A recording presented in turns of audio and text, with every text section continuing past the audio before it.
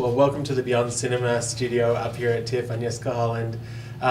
Firstly, HBO. Well, it must be like the most fantastic place to work because you seem to be doing a lot of work with them. Yeah, they accept me apparently, so they are giving me the great stuff, and I can do very, very different things. I did The Wire and Tremé, the pilot, and the movie called Shot in the Heart, and now in HBO Europe I did the miniseries, which is something very personal to me because it speaks about, late 60s in Czechoslovakia after the Soviet invasion, and I was the student there in this time. You went to film school, right. In Prague. So, right. And was it at that time? Was it exactly the same time? Yeah, and I'm actually the age of the hero of the story of Jan Palach. He was 21 when he died, and I was 21 in this time. So that's amazing. So he set himself on fire in Wenceslas Square, and did you remember at that time then thinking that statement from him that would go on to mean something greater? I was thinking, that it is expression of what we felt, and. He presented in the letter he wrote to the media that he is torch number one. It means that he will be followed by another students if his desiderata will be not met by the authorities. Yeah. And we believe that it's really the conspiracy. We believe that it's another students who will follow. And it didn't surprise me. We felt all this way in some way. Yeah. But it faded out very quickly. Yeah, and it took a little while for it to be resurrected by students 20 years later in their movement towards the Republic. But what did you feel then, 20 years later? Did all those thoughts come flooding back? When during these 20 years we didn't believe that it will change during our lifetime. But I was always feeling that, that we cannot accept the oppression as something which is natural and normal. Because, communist authorities called this period of 20 years the normalization, which showed the perversity of this regime. But it was never normal to me, and, and I never, submitted really myself into this kind of, of the reality. So, but for Czechs and Slovaks, for most of them, it was normal. They didn't believe that that any kind of hope is reasonable, and so they accepted that the compromises and this kind of the corruption, and it was normal to them. So in terms of shooting in Prague, after shooting student stuff, and having this big team coming back in the middle of the square and using the archival footage and all that sort of stuff, did you feel like it was now your playground? Like, how was your mental relationship with the city?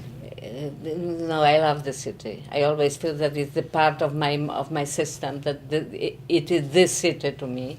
So coming back and shooting there, it was first time after the film school I shot, in Prague, and with the Czech crew and with the Czech actors. It was like really, like deja vu in some way, but in very intense and very natural way.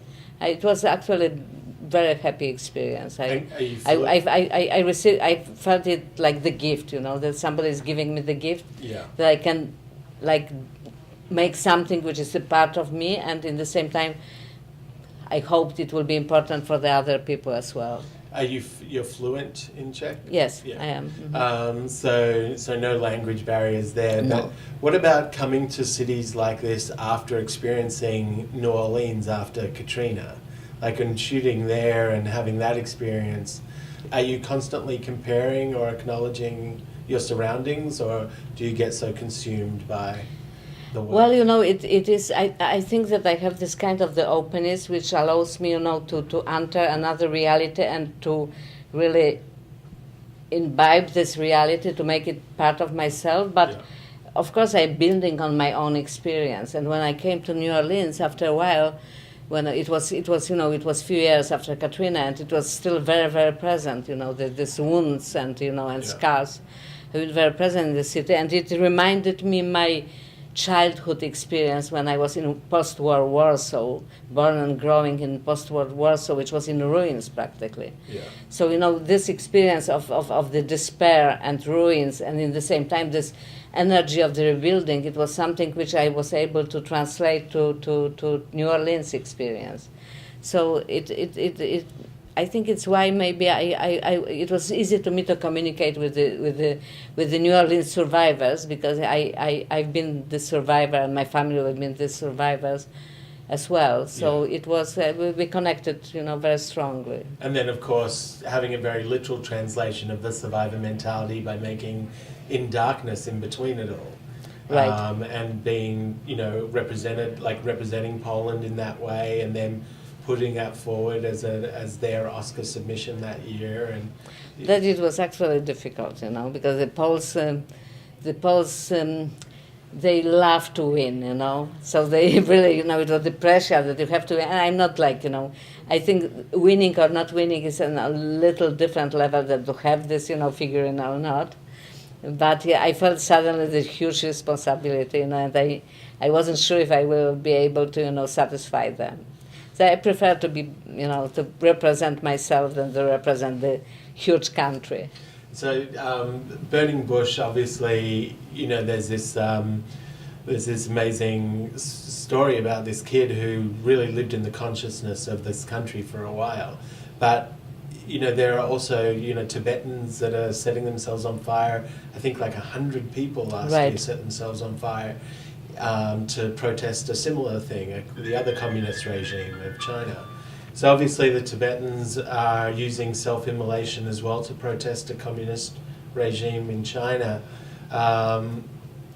What do you see it as something, as an act of that can be successful, or for them too, or it's frustrating? It's heartbreaking, It means I know now after researching of the stuff how painful it is, and how incredible kind of despair and perseverance and courage it needs. And actually, it was one photo which shocked me the most, of one of the Human Torch, of Tibetan Human Torch. It was the photo when the burning guy was running, and around of him it was plain of the people who've been taking photos, and that it speaks about our time, in a very cruel way, and shows how, in some way, how superficial and cynical is our approach to what's going on in the world. Yeah. But on another hand, you had this Tunisian guy who put himself on fire, and it started entire Arab revolution in the region, which not necessarily will end well, but it shook out the nations. Yeah. And it was also some people in the post-communist world, in Poland, in Bulgaria, who put themselves on fire. And you don't know if they are the really fighting against injustice, or maybe they are crazy. You never know exactly what's going on. With the Tibetan things, it's pretty clear. It is a part of the culture to protest in this way. And actually, Jan Palach, the Czech hero of mine, was inspired by the Vietnamese Tibetan monks who've been in some way very successful in waking up the conscience of the West about the Vietnam War. It speaks to such big issues, and obviously it's kind of nice getting that completion that the hero of the story on the legal front ends up becoming the Minister of Justice in the new government. What a wonderful circle. Because she's still around, did you have a personal relationship with her as well? I didn't meet her. When we started to prepare the film, she was pretty sick, but I spoke to her family, to her husband, and to her daughters, and to one of the closest friend of mine, who is also happens to be the friend of Dagmar. So I think I know a lot about her. Yeah, it is, the happy ends happen sometimes. Yeah, that's right. And the fact that, that the people who've been in prison or who've been, in the opposition became like rule masters, you know, in the post-communist countries, and many of my friends in Poland who've been in prison and so became, you know, the very important figure in the Polish political and public life. But after you see also, you know, that this freedom is something extremely difficult, and that the people unfortunately don't know how to deal with that. So in some way, like Franz Kafka said, you know, the people are going outside to look for the cage, you know. They need the cage. That's mostly. Right. That's right. Sometimes institution that can ruin our freedoms too. Well, thanks for spending a few minutes with us. Thank you very Appreciate much. taking time. My pleasure.